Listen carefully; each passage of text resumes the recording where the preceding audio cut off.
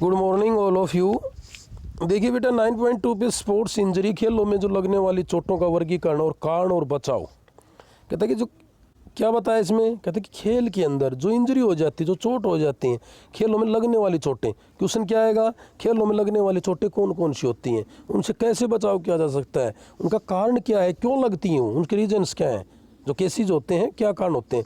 खेलों के अंदर लगने वाली चोटें, खेल के दौरान लगने वाली चोटें। जैसे खेलों में लगने वाली चोटें ऐसे चोट या जख्म हैं जो खेल कूद या अभ्यास के दौरान लगते हैं।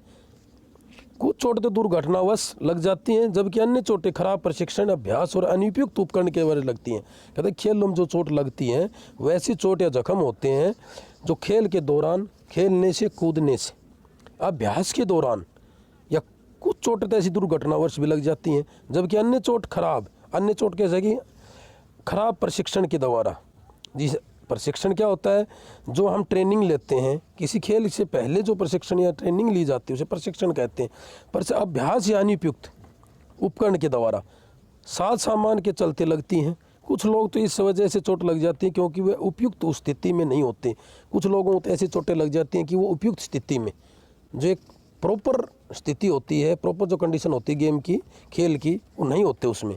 खेलने का यह अभ्यास से पूर्व वार्म अप न करना, खेलने से पहले न तो अच्छी तरीके से अभ्यास करना, न पूर्ण रूप से वार्म अप करना, और अत्यधिक स्ट्रेचिंग के चलते चोट, और अत्यधिक स्ट्रेचिंग के लगते चोट भी लग जाती है। क्या कि वार्म अप नहीं किया, न अभ्यास किया, और बॉडी का ज़्यादा स्ट्रेच करना, तो मांसपेशियों में उस चीज़ का खिंचाव हो जाता है, स्ट्रेच खिंचाव लगना, उससे भी एक चोट लग सकती है। स्पोर्ट्स इंजरी का वर्गीकरण, क्लासिफिकेशन ऑफ स्पोर्ट्स इंजरी। खेल कूद करते समय लगने वाली चोटों को चोट के कारण या शरीर के जख्मी उत्तों के जो प्रकार के अनुसार वर्गीकृत किया गया है। अगर चोटों के कारण के अनुसार वर्गीकृत किया जाए तो इनकी 3 श्रेणी होती है। कहते हैं कि चोट को जो वर्गीकरण, जो कारण को उनके अनुसार जो वर्गीकृत किया जाए तो इनकी 3 श्रेणियाँ होंगी, प्रत्यक्ष चोट, अप्रत्यक्ष चोट और ओवरयूज चोट। एक तो प्रत्यक्ष चोट क्या होती है, जो चोट जो संपर्क में आने से, कैसे किसी बिंदु या बाहरी झटके या बल की वजह से लगती है, जो प्रत्यक्ष चोट होती हैं, कि जैसे कि अन्य व्यक्ति टकराना, किस चीज़ से लग जाना, किस चीज़ के लगने से खरोंच आना, ज्वाइंट एंड लिगामेंट डैमेज, डिसलोकेशंस या ब्रोन फ्रैक्चर्स जैसी चोटें भारी बल से लग सकती है, ये प्रत्यक्ष चोटें होती हैं। अप्रत्यक्ष चोटें क्या होती हैं, अप्रत्यक्ष चोटों में आमतौर पर आंतरिक या बाहरी बल से, अप्रत्यक्ष चोट से आंतरिक या बाहरी बल से लिगामेंट्स, टेंडेंस या शरीर के मांसपेशियों जैसे सॉफ्ट टिश्यूज क्षतिग्रस्त होते हैं।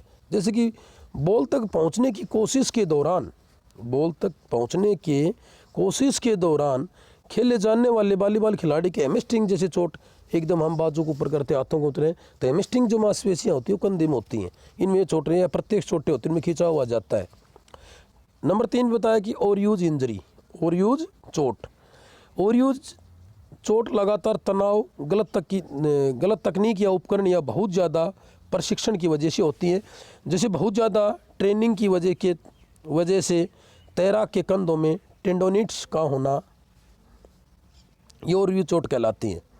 यदि शरीर के जख्मी ऊतक के प्रकार के अनुसार चोट, जो जख्म के प्रकार, कहता है कि जब शरीर के जख्म हो जाए, चोट लग जाए, तो उसके अनुसार चोटों का जो वर्गीकरण किया जाए तो इसका निम्नलिखित प्रकार से वर्गीकरण किया जा सकता है।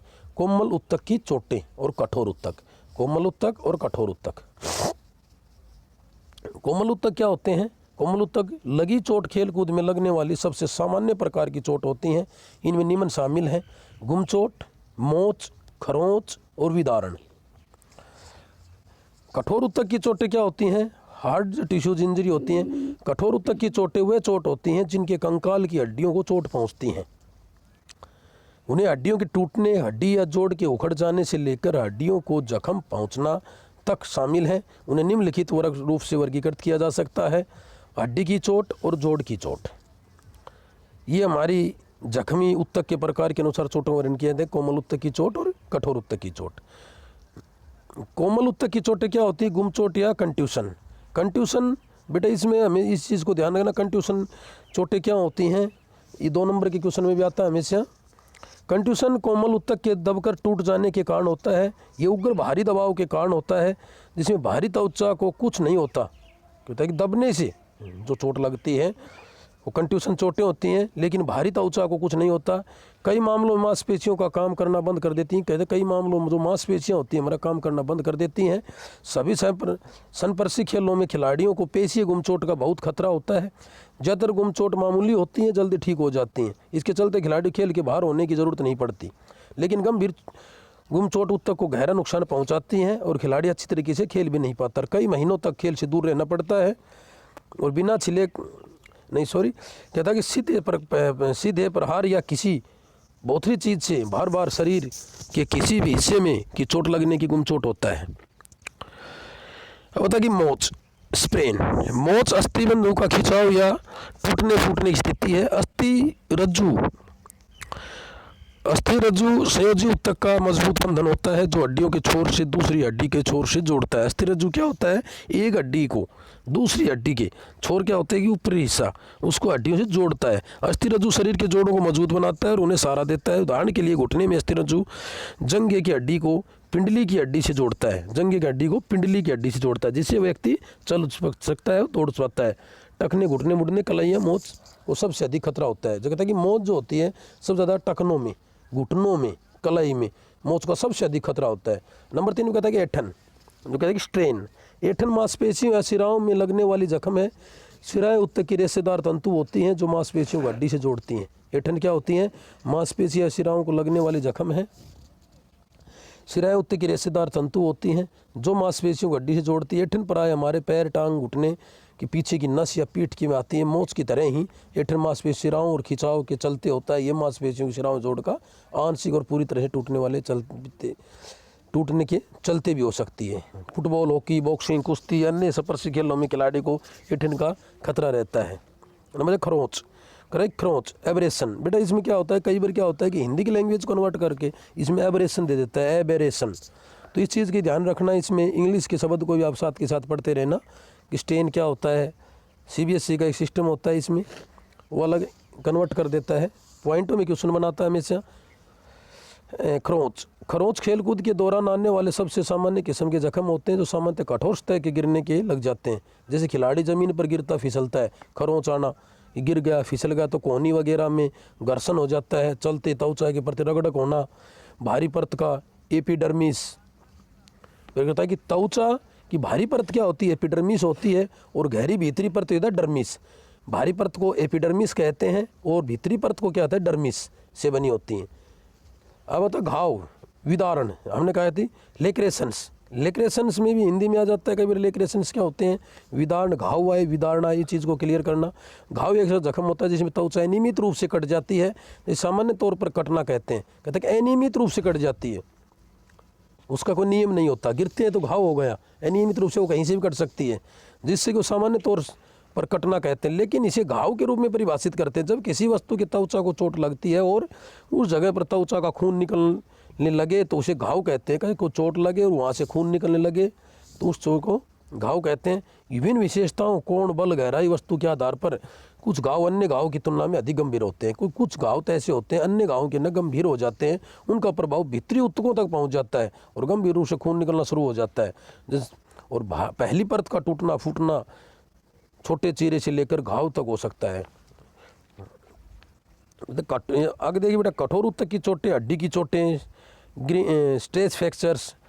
कहता है कि कठोर उत्तक की जो हार्ट टिश्यूज इंजरी क्या होती हैं, ये नंबर 1 तो स्ट्रेस फ्रैक्चर होते हैं। स्ट्रेस फ्रैक्चर हड्डी में होने वाली मामूली सी दरार है या हड्डी के भीतर लगने वाली गंभीर खरोंच है। अधिकांश स्ट्रेस फ्रैक्चर अधिकतर उपयोग के गतिविधि को बार बार दोहराने से होते हैं, जैसे फुटबॉल, बास्केटबॉल जैसे दौड़ भाग वाले खेल होते हैं।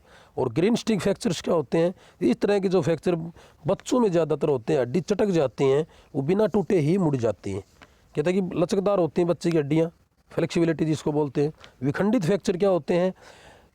इन बेटा 2 नंबर का क्वेश्चन हमेशा पूछता है, एक में से ध्यान से देखना इन चीज़ों को।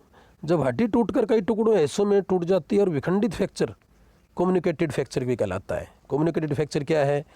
विखंडित फ्रैक्चर एक ही चीज़ है जब हड्डी टूटकर कई टुकड़ों में विखंडित होना, एक टूट जाना, एक टुकड़ों से अधिक टुकड़ों में हिस्सों में बट जाना, तो विखंडित फ्रैक्चर कहलाता है। अनुप्रस्थ ट्रांसवर्स फ्रैक्चर क्या है?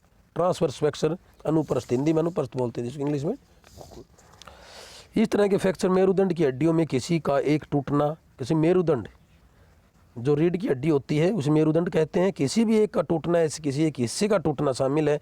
इस तरह की चोटें अधिकांश कशेरुओं को और कमर के ऊपरी हिस्से में लगती हैं, ऊपरी हिस्से में लगती हैं। फिर लगता है कि नंबर 5 में विखंडन के साथ फ्रैक्चर।